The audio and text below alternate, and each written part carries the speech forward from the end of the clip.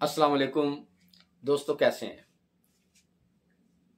एक दफ़ा का जिक्र है कि एक किसान की शादी हो गई और वो हंसी खुशी रह रहे थे कि एक दिन दोनों आपस में बातें कर रहे थे कि किसान ने कहा कि बादशाह सलामत जो हैं ये मेरे क्लास फेलो हैं। तो इस पे उसकी बीवी कहने लगी कि आपने पहले जिक्र नहीं किया। तो कहने लगा बात ही आज हुई है तो मैंने आज ही आपके सामने जिक्र कर दिया कि जो बादशाह सलामत हैं ये मेरे क्लास फेलो हैं। हम मिलके खेलते रहे हैं और मैं अपना काश्तकारी कर रहा हूँ और इसके वालिद साहब के बाद जो है ये बादशाह बन गए हैं और ये हमारे मुमलिकत के उमूर देख रहे हैं। तो बीवी ने सोचा कि इसके तो जो क्लास फेलो हैं ये बादशाह हैं तो यकीनन इसको इससे कोई ना कोई फ़ायदा हासिल करना चाहिए। तो उसने उसको मशवरा दिया कि जनाब अगर ये बादशाह सलामत आपके क्लास फेलो हैं तो क्या आप कभी उनके पास गए और आपको इनके पास जाना चाहिए और कोई ना कोई इनसे मिनिस्ट्री, कोई वजारत, कोई ओहदा, कोई मनसब आपको लेना चाहिए क्योंकि इनके तो अख्तियार में है, आप जो चाहें इनसे हासिल कर सकते हैं। तो इस पे उसने किसान को तैयार किया कि तुम यहाँ इतनी मेहनत कर रहे हो और आपके पास इतना बड़ा सोर्स है और आप इससे फ़ायदे नहीं उठा रहे, तो आप जाएं बादशाह सलामत के पास। तो किसान ने कहा ठीक है, मैं बादशाह सलामत के पास चला जाता हूँ। तो चुनाचे वो एक दिन बीवी के कहने पे दरबार में पहुंचा। दरबार लगा हुआ था, वो ज़रा अपनी अपनी नशिस्तों पे बैठे हुए थे और किसान भी मेहमानों की गैलरी में जाके बैठ गया। बादशाह सलामत आए, दरबार से उन्होंने खिताब किया और जब दरबार ख़त्म हुआ तो वो अपने मिनिस्टरों से मुलाकात कर रहे थे और जो मेहमान गैलरी में बैठे हुए थे उन्हें मिल रहे थे। और मिलते मिलते वो किसान के पास भी पहुँचे और कहने लगे, सुना फतेह ममदा, क्या हाल है। जिस तरह के दोस्तों में अमूमन बेतकल्फ़ी होती है तो इसी तरह बादशाह ने भी उनसे बेतकल्फ़ी में पूछा कि फतेह ममदा सुना क्या हाल है। तो फतेह मोहम्मद कहने लगा, जी खैर है, ठीक है। तो बादशाह ने पूछा फिर इसके बाद कहा कि डटिया बदाम। तो किसान कहने लगा, जी जी डटिया बदाम। उसने कहा फतेह मोहम्मदा डटिया रहो। और ये कहकर बादशाह जो है वो चले गए। अब ये कि कुछ बात कहना चाह रहा था किसान उनसे, लेकिन उन्होंने कोई उसकी बात नहीं सुनी और वो चले गए। जब घर पहुंचा तो बीवी ने इंक्वायरी शुरू की, पूछा कि सुनाए आज की मीटिंग आपकी बादशाह के साथ कैसी रही। तो उसने कहा, जी अच्छी रही, बादशाह सलामत मेरे पास आए, उन्होंने मेरा हाल अहवाल पूछा और ये बात की कि जनाब डटिया बदाम। मैंने कहा, जी मैं डटिया बदाम। और ये कह के वो चले गए और मैं उनसे तफसीलन बात जो है वो नहीं कर सका, ना ही उनसे कोई मुलाकात तफसीलन हो सकी। तो बीवी इससे, इन बातों से उसने ये समझ लिया कि बादशाह सलामत जो हैं वो किस मिजाज के हैं, उनकी तबीयत क्या है।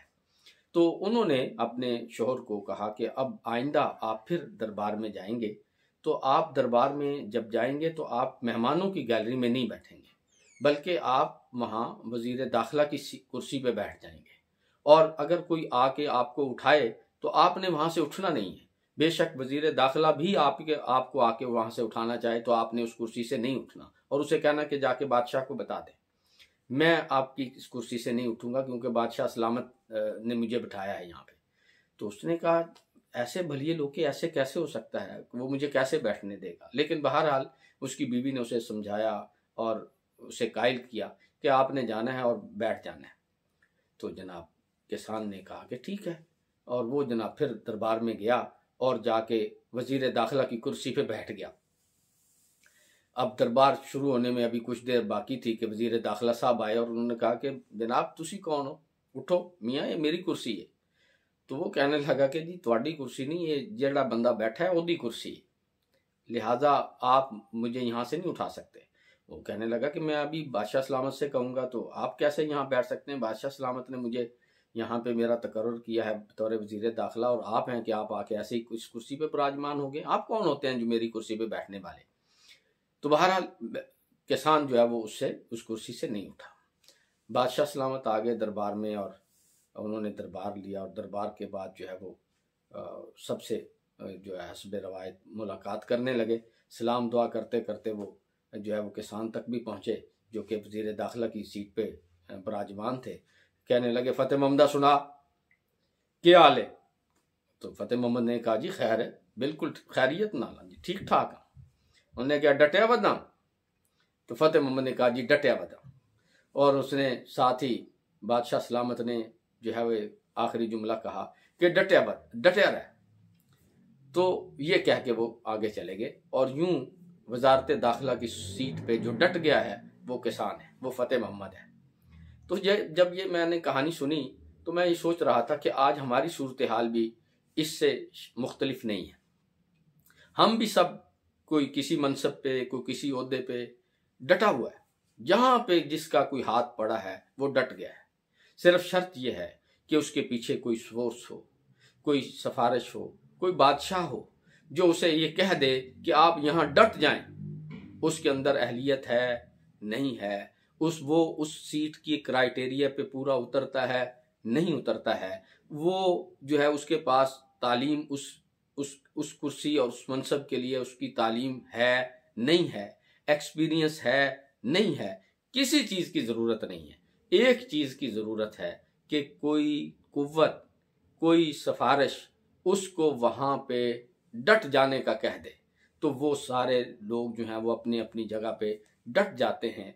और जो लोग अहलियत रखने वाले हैं, जो लोग तजर्बाकार हैं, जो लोग तालीम याफ्ता हैं, वो बाज़ औक़ात जूते चटखा रहे होते हैं। और जो लोग मनसबों पे बैठे हुए हैं, बड़े बड़े ओहदों पे बैठे हुए हैं और इस मुल्क के स्याह सफ़ेद के मालिक बने हुए हैं, वो किसी न किसी नाअहल को किसी न किसी जगह पे फिट किए हुए हैं और वो वहाँ बैठ के अपने अपने काम कर रहा है। तो गोया हमारे यहाँ माइट इज़ राइट है, जिसकी लाठी उसकी भैंस का उसूल है। बस जिसका हाथ पड़ गया, जहां पड़ गया, वो डट गया है। तो मैं ये आपसे कहना चाहता हूं कि क्या ये सिलसिला यूं ही चलता रहेगा? क्या हमारे मुल्क में कभी मेरिट नहीं आएगा? क्या हमारे मुल्क में क्राइटेरिया के मुताबिक आला और बड़े ओहदों पे लोग तैनात नहीं होंगे? अगर नहीं होंगे तो फिर आप याद रखिएगा, फिर इसी तरीके से हम ज़वाल पजीर रहेंगे, कामयाब नहीं होंगे। तो जब तक हम मेरिट को जो है अडॉप्ट नहीं करेंगे, जब तक हम जो है वो हकदार को उसका हक नहीं देंगे, अहल को उसके मनसब पे नहीं बिठाएंगे, तब तक शायद हमारी सूरत हाल जो है वो तब्दील नहीं होगी। इन्हीं अल्फाज के साथ मैं अपनी गुफ्तगू को ख़त्म करता हूँ कि सोचिएगा कि क्या हम इसी तरह जो है वो नाअहलों को बड़े बड़े मनसबों पे बिठाते रहेंगे? हमें इसको तब्दील करना होगा, हम सबको इसमें अपना हिस्सा डालना होगा। अल्लाह हाफिज़।